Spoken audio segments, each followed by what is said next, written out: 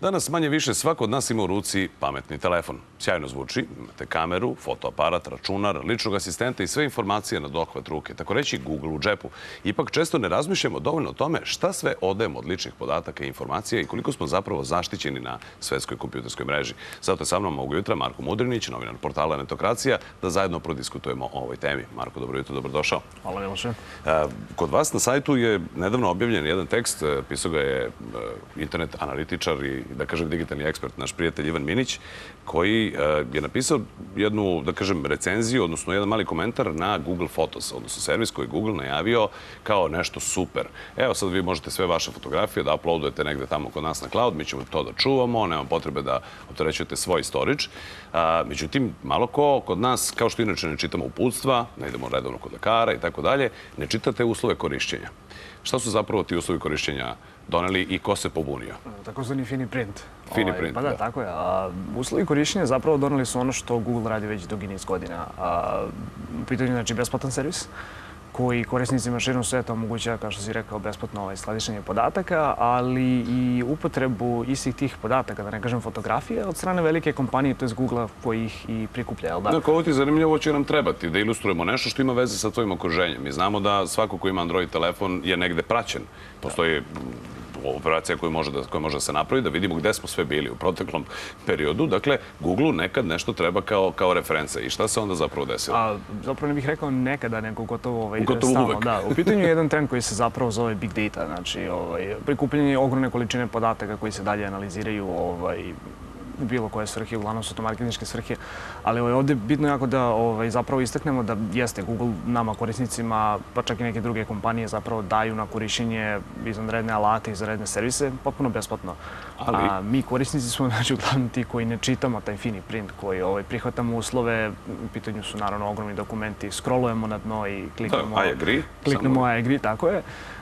Ono što se zapravo desilo jeste da su se fotografi koji su se pobunili zato što zapravo servis ne omogućava bolju rezoluciju skladištenja fotografija. Ušli su jednostavno u te uslove, pročitali malo više kada su vidjeli zapravo da Google ih obavezuje da može da koristi te fotografije, da ih javno prikazuje, da zapravo manje više radi sa njima šta god. Ljudi su se pobunili, jer ipak jedan takav servis u pitanju su, znači, mogu biti privatne fotografije, isto tako koje sigurno ne želimo da budu dostupne velikim kompanijama. Tako da ovo je poprilično kontroverzna tema. Da, ne dam moj album More 2013, to je to. E sad, hteo sam još nešto da te pitam. Nedavno je održana share konferencija i tu su dosta zanimljivi podaci se pojavili. Dakle, urađena je mapa interneta kod nas i također je tekst objavljen kod vas na sajtu. Ima veze s ovim o čemu smo pričali. Dakle, ne razmišljamo o tome šta sve delimo. Kaže ovako, korisnici u proseku pristupe oko 27 aplikacija preko svog pametnog telefona svakog meseca. Iako se prosek aplikacija na mesečnom nivou ne povećava značajno sa 23,2 aplikacije u 2011. Privatnost ovde ostaje problem. Dakle, politika privatnosti. Šta sve odajemo i zašto ne čitamo? Možda zbog ovog podatka da kada bi tekst politike privatnosti u proseku ima 2518 reči, kad bismo to čitali, trebalo bi nam oko 10 minuta, odnosno 15,83 sati ili 2 radna dana da pročitamo sve te politike privatnosti aplikacije koje koristimo. Pa zapravo, opet, kažem, kada pogledamo tu, većina nas koristi svoje pametne telefone i postali su manje više deo nas, znači neki naš produžetak, naše ličnosti. Aplikacije smo, znači navikli smo jednostavno da verujemo velikim kompanijama i ljudima koji stoji za tih aplikacija. U većini slučajeva aplikacije prikupljaju nekakve podatke. Kada si pomenuo Android, baš nedavno testirao sam neki uređaj, jedna obična aplikacija koja služi za deljenje fotografije, znači prikuplja moje kontakte, moj e-mail, moje SMS-ove, znači ja kao korisnik, ukoliko želim da instaliraš tu aplikaciju, to prihvataš. Da instaliram, ja prihvatam te uslove. Jedna aplikacija koja se bavi deljenjem fotografija nikako ne bi trebalo da čita moj SMS, ali to su jednostavno neke stvari na koje neću da kažem da jesmo zapravo navikli, ali bi trebali malo više svakako da se posvetimo njima i razumevanju trenda velikih kompanija da zapravo danas sve leži u prikupljanju podataka. Ukoliko želite da koristite naše servise, znači mi vas ne obavezujemo. Ali mi vam dajemo jako lepe alate, koje to dajemo vam besplatno, a vi ćete nama zauzvrat da date vaše podatke. I da li oni nešto zaista rade sa tim? Ne postoje podaci, ne možemo da znamo. Znamo kada otvori neko svoj Google inbox i vidi sa strane. Dakle, ja sam jednom pre 2 godine bio u hotelu Arena u Budimpešti.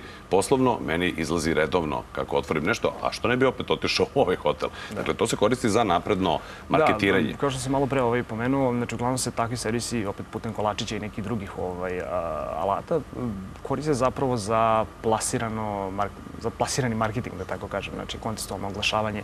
Ja ukoliko pretražujem na Google-u, kao što si sam rekao, hotel, drugi konkurentski hotel ili neko iz te branše može jednostavno da po tim ključnim rečima gađa mene kao korisnika.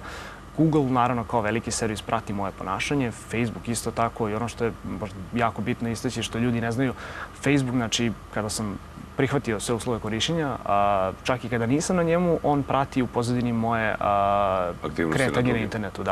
Tako da, ukoliko pretražujem Google, odem na Facebook, možda mi se pojavi oglas isto i na Facebooku, uskladit će se jednostavno. Za sam kraj gostovanja, pošto nemamo još mnogo vremena, šta je rešenje? Kako čovjek da se zaštiti od toga? Da li je sad rešenje da se svi vratimo na one stare telefone ili da imamo jedan telefon koji je kao za poslovnu upotrebu, kao ne možeš da čitaš moje SMS-ove, da nosimo onaj fiksni telefon. Imamo jako malo vremena. Jel postoji uopšte rešenje ili ga nema? Zapravo rešenje ne postoji, ali je ključna stvar ovdje edukacija. Znači mi kao korisnici se moramo edukovati i možda ne moramo da čitamo taj fini print tih 2000 reči ili koliko god, ali svakako treba da budemo pažljiviji šta instaliramo na svoje telefone, koje podatke delimo.